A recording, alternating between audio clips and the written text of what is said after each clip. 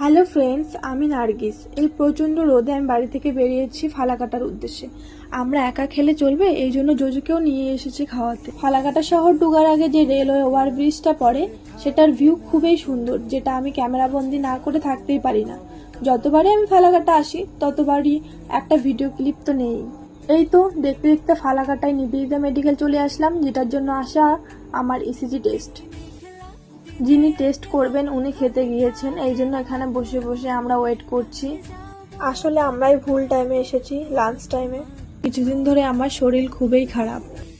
তারপর আমার টেস্ট শুরু হলো। আমি তো ফার্স্টে ভয়ে পেয়ে গিয়েছিলাম, তারপর দেখলাম যে এটা তো নর্মাল ব্যাপার, সেরকম কিছুই না যেরকম ভেবেছিলাম।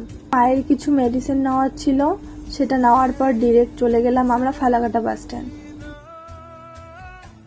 তো কোচবিহার থেকে একটা মেডিকেল শপ থেকে আমার কিছু মেডিসিন অর্ডার করেছিলাম, তো সেটাই পিক করতে এসেছি।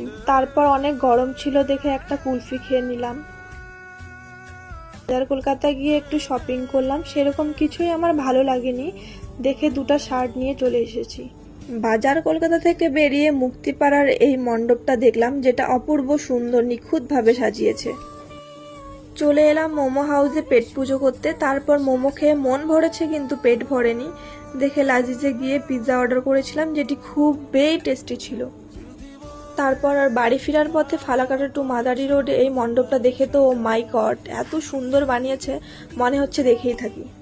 সময় পেলে একদিন রাতে ঘুরতে আসবো। দিনেই এত সুন্দর, তাহলে রাতে আরোই না কত বেশি সুন্দর লাগবে দেখতে।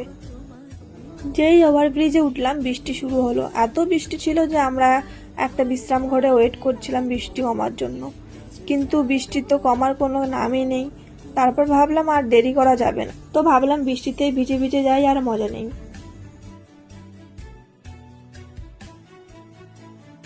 পাপা আর মা ফোন করে বলল খুব মিষ্টি খেতে ইচ্ছা করছে, তাই নর্মাল থেকে কিছু মিষ্টি নিয়ে আমরা বাড়ি ফিরলাম।